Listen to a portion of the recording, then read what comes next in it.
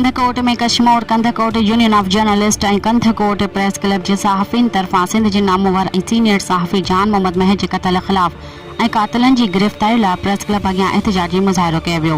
मुज़ाहिरे में सहाफ़िन ॿांह ते कारियूं पटियूं ॿधी प्ले कार्ड खणी ज़ोरदार नारेबाज़ी पिणु कई।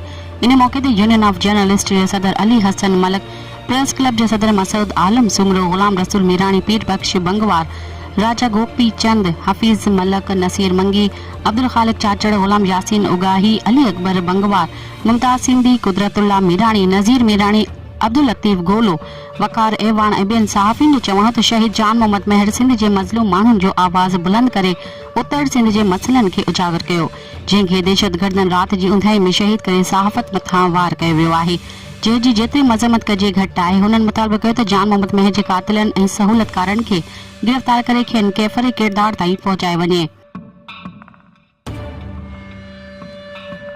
होॾां कश्मीर कंधकोट में बिजली जो करंट लॻण सबबि नौजवान फौत। कश्मीर ईदगाह मोहल्ला जो रहवासी ज़ाहिद हुसैन पुट मोहम्मद अज़ीम शर बिजली जो करंट लॻण सबबि फौत थी वियो आहे। नौजवान ज़ाहिद हुसैन शर बिजली जो करंट लॻण सबबि सख़्त ज़ख़्मी थी पियो, जंहिंखे ज़ख़्मी हालत में वाटसन निजी अस्पताल मुंतक़िल कयो, जिते हू ज़ख़्मनि जा सूर न सहंदे फौत थी वियो आहे। संदसि लाश घर पहुचण ते घर अंदरि कोहराम मची वियो।